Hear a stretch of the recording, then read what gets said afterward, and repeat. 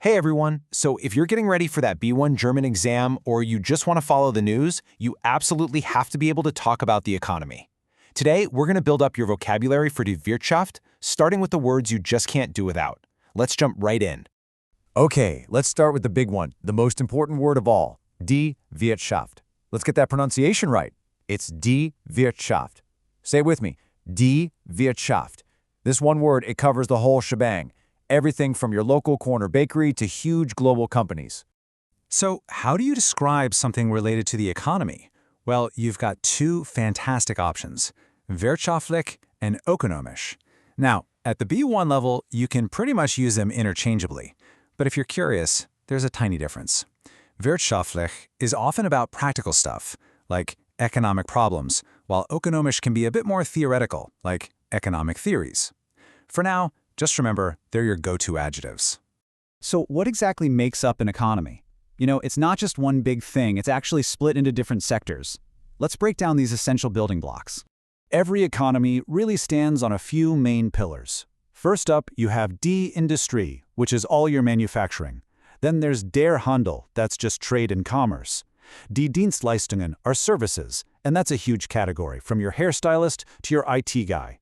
Das Handwerk refers to skilled trades, like a carpenter or a plumber.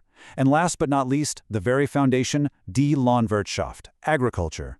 So where do all these sectors meet and interact? Well, conceptually, it all happens on der Markt, the market. It's the arena where all that buying and selling, that handle, actually takes place. And you know, a market is never empty, is it? It's defined by die Konkurrenz, competition. This rivalry is what really drives everything. It pushes businesses to be better, to innovate, and to offer you a better deal. An economy is never just standing still. It's always moving, always changing. So what are the forces that cause all these ups and downs? Let's get into the vocabulary you need to describe all that movement. And here they are, the two most fundamental forces in all of economics. On one side you have das Angebot, which is supply, and on the other, die Nachfrage, which is demand. This pair is absolutely crucial. The entire market is basically a tug-of-war between what's available and what people want. For any company playing in this market, it really all boils down to one of two things at the end of the day.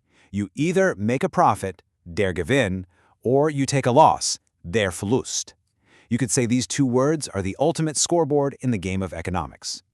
Now, when things are going well and numbers are going up, you need the right verbs. You can say that profits, zunehmen, they increase, or that prices steigen, they rise or climb. Both are perfect for describing those positive, upward trends. And what about the flip side? When things are going down? If demand decreases, for example, you can say it will abnehmen. And if prices suddenly drop, you can say they fallen. These are your go-to verbs for any kind of economic downturn. Okay, here's a word that's really closely connected to demand, der Bedarf. This means the need or the requirement. Think of it this way. Nachfrage is the active demand you see in the market, but Bedarf is the underlying need that causes it. For instance, the Bedarf for heating oil is always high in the winter. All right, we've talked about the big picture, the market forces. Now let's zoom in and get our hands dirty with the vocabulary for what businesses actually do every single day. So here's the basic life story of pretty much any product. First, a company has to herstellen it, or produzieren it. They both mean to produce. Next, they verkaufen it, they sell it. And finally, someone like you or me will kaufen it, or buy it. It's a simple but absolutely essential cycle. So what is it that's being bought and sold? Well, you can call a specific item das Produkt, but if you're talking about goods or merchandise more generally, maybe in a shipping container or a warehouse, the word die Ware is super common. And of course, business doesn't stop at the border. When a country brings goods in from somewhere else, the verb is importieren. And when it sends its own goods out to other countries, it's exportieren. The great thing is, these are so close to the English words, they're really easy to remember. Okay, for our last section, let's look forward. Economies are always evolving, always trying to get to the next thing. So let's cover the vocabulary you need to talk about innovation, development, and progress. So where does innovation come from?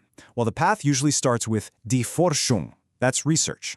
And if that research is successful, it can lead to die Erfindung, an invention. And the verb for that action, erfinden, to invent. So what really pushes all this forward? Well, a huge driver is die Technik, technology and engineering. Companies take inventions and they entwickeln, they develop them into something real. And when all of this is successful, the whole economy can wachsen, which means to grow. And the ultimate goal, the whole point of all this research, inventing, and developing is to achieve this fantastic word, der Fortschritt. It means progress, advancement. It's that positive forward motion that everyone is hoping for in the Wirtschaft. Wow, we have covered a lot of ground. But you know, the best way to really make these words stick is to actually use them. So I've got a challenge for you. Think about the economy in your country. How would you describe it using 3 of the new words we learned today? Maybe you could talk about its industry, its need for Wachstum, or the tough concurrence. Give it a shot. That's how you'll really master this stuff. Thanks for joining me.